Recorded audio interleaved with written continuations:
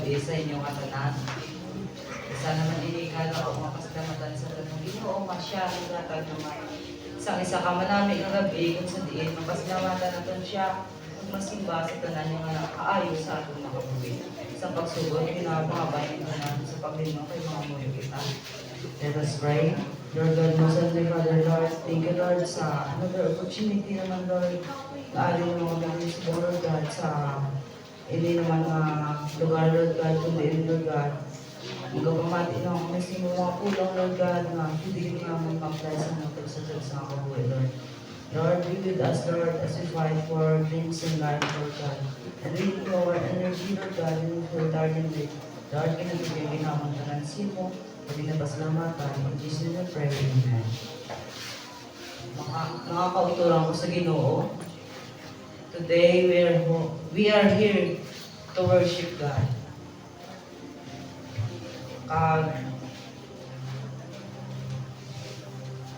Kag ang akon subong nga preach nagatitle ini sa evaluating worship to greater heights. Makita ini sa scripture text nga sa Bible verse sa diin sa John 4 verse 23 to 24 nga nagasiling pero ang tion mag-aabot kag nag-abot na nga ang matuod nga manugsimba magisimba sa espiritu sa amay sa espiritu kag sa kamatuoran amo ini ang mga manugsimba nga luyag sa amay nga magasimba sa iya ang Dios espiritu kag ang iya ang magasimba sa espiritu kag kamatuoran. To understand this better, we can draw inspiration from the eagle or agila. Ang ini nga tinuga very magnificent, giganama, kay nag-symbolize ini isang faith kag true worship. Ang una ko nga pagatagaan sa punto, amo ang the strength of the eagle. Eagle are known for their strength or energy nga nagasimilar gid sa atong pagdayaw sa Ginoo or pagsimba sa Ginoo paglabi sa tanan pabakuron tagid ang aton relationship or pagtuo sa Ginoo. We draw upon the power of Holy Spirit empowering us to overcome challenges. Kaangay sa isa ka agila dapat gid ipangibabaw ang aton Ginoo sa aton Ginoo mas dako kaysa sa aton ginatubang ang mga trials sa aton kabuhi. True worship allows us to rise above our difficulties and focus on God's greatness. Ang ikaduwa ng mga punto is ang the vision of the eagle. Eagle possess remarkable vision or able to see clearly from great distances. Maghahambal ka naman sa ginatawag ng vision, amo ina ang aton pananaw. Ginalook forward to give ang worship in spirit and the truth means having a clear vision of who God is and what He desires from us.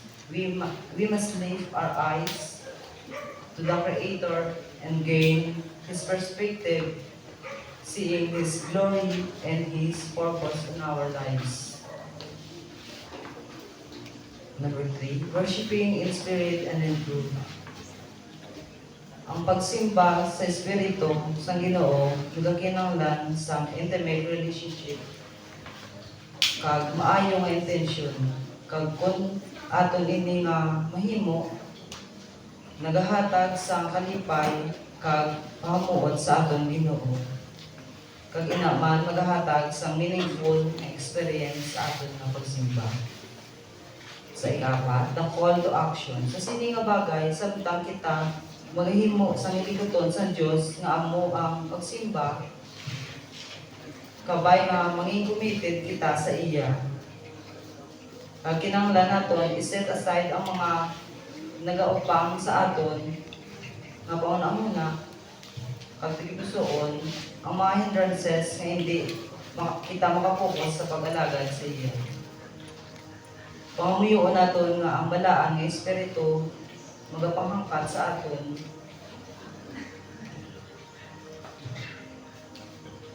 kung sa diin mahimaya naton ang Ginoo pag makahatag sang nagakadapat sa iya. In conclusion, kaangay sa isa ka agila nagahandong makita nga mangin mapag-on kag sa piyak sa iya pagkatigulang nagalupad kag nagalabot sa iya handom kabay ang kita man amuman kamay dako mabalatsagon kagandom nga makapadayon sa pagpangalagad sa piyak sa mga challenges nga aton nga nagaka-experience sa aton nga kabuhi. Kag sa piyak sa kalayahon nga hindi ta ma-explain ang ginagamit sa away kung sa diin hindi nagaluya kita kag hindi ta ka paminsan ano ang aton nga mahimo sa mga challenges nga ila. Sa katapusan magpangalagan lang kita sa Ginoo magpadayon kita ag maghimo kita sa isa ka manami nga relationship sa Ginoo magpadayon sa pagpangalagan kag hanggat makita sa mga unbelievers pangaway pakakilala sa Ginoo kay in the end si Jesus gusto niya nga tanan-tanan kita madala siya nga balay kung sa ara sa langit. Salamat din sa tanan. Father Lord, salamat Lord sa pulong Lord na bato ng Lord, guide ko na bati ang Lord. Lord, kabay ko Lord nga magbay naman sa mga sa kaisang ako Lord. Kung sa diin Lord, maging ganang pa na namin na nakapulong Lord na magpadayon sa Lord lang at ang mga kabuhi Lord. Lord, ginasalig naman tanan si mo Lord, kaya nakabalo kami Lord, pinuway kasama, nuway kami sa ikasarang kami. Lord, kabay ba Lord sa pagpulit naman sa pagtapos ang camp Lord, masinadyaw na ang tilipusoon Lord God, kaya nasimba ka naman Lord God sa tilipusoon Lord. Lord, kinatugyan naman tanan si mo, kinakasalamatan. In Jesus' name we pray, Amen.